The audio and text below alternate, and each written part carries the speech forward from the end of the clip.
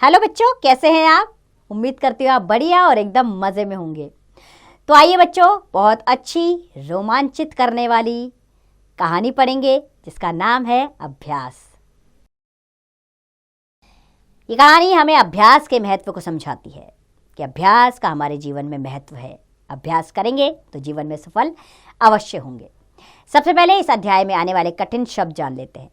वे शब्द हैं अर्जुन, द्रोण, ध्वनि, अंधेरे और मोह।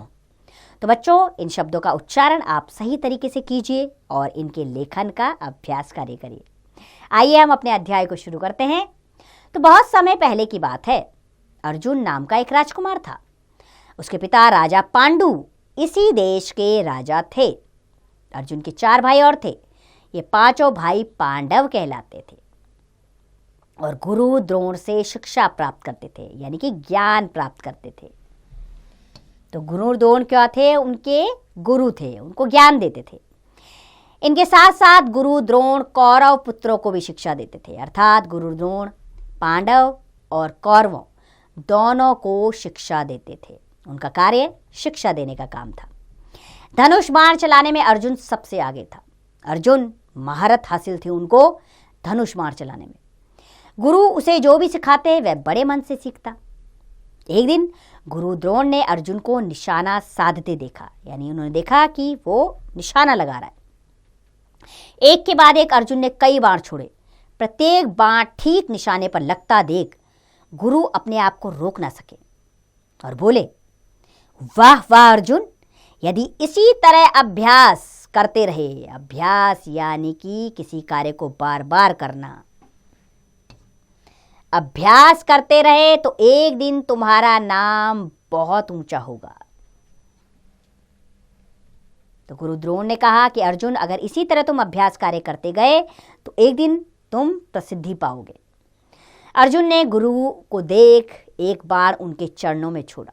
यही उसका प्रणाम था, यानी कि उसने उन्हें प्रणाम किया। अपने द्रोण गुरु को उसने प्रणाम किया।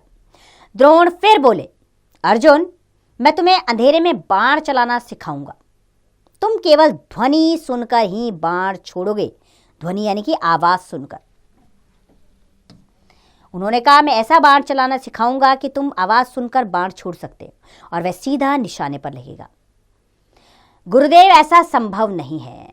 संभव? उसने कहा कि ऐसा नहीं हो सकता। अर्जुन ने कहा, गुरुदेव, ऐसा तो हो ही नहीं सकता। केवल आवाज सुनकर अंधेरे में कौन तीर चला सकता है? कहीं निशाना चूक गया तो? द्रोण ने कुछ उत्तर नहीं दिया। कुछ सोचते हुए वे तेज तेज चलने लगे। अर्जुन पीछे पीछे था। 2 दिन बीत गए। रात्रि का समय था, यानी कि रात का समय था। सभी राजकुमार आश्रम में भोजन कर रहे थे।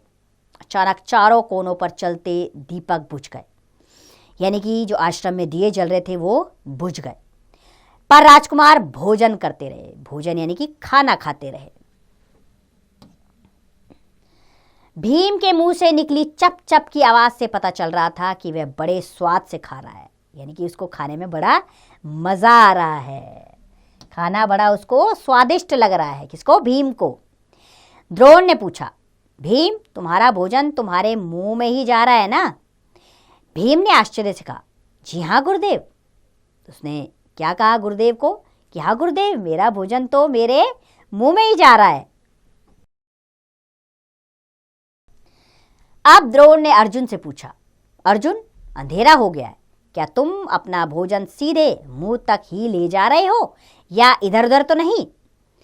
अर्जुन ने अचंभे से कहा, इधर उधर क्यों गुरुदेव, मैं तो इसे सीधा मुंह में ही डाल रहा हूं। पर वह कैसे? अगला प्रश्न था, यानी कि गुरु ने प्रश्न किया कि तुम कैसे अंधेरे में अपने भोजन को मुंह तक ले जा रहे हो? अर्जुन आश्चर्यचकित था कि आज गुरुदेव कैसे प्रश्न पूछ रहे थे। उसने उत्तर दिया, गुरुदेव, अभ्यास से। मैं प्रतिदिन भोजन करता हूं, इसलिए अभ्यास से भोजन सीधा मुंह में ही जाता है।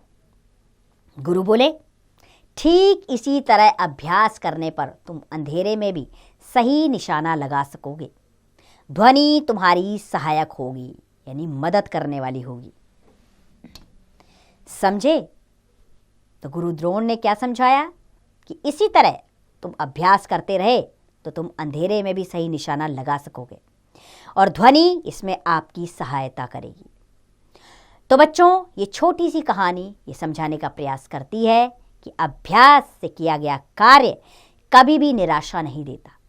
आप किसी भी काम में दक्ष हो सकते हैं अगर आप अभ्यास के रास्ते पर चलें।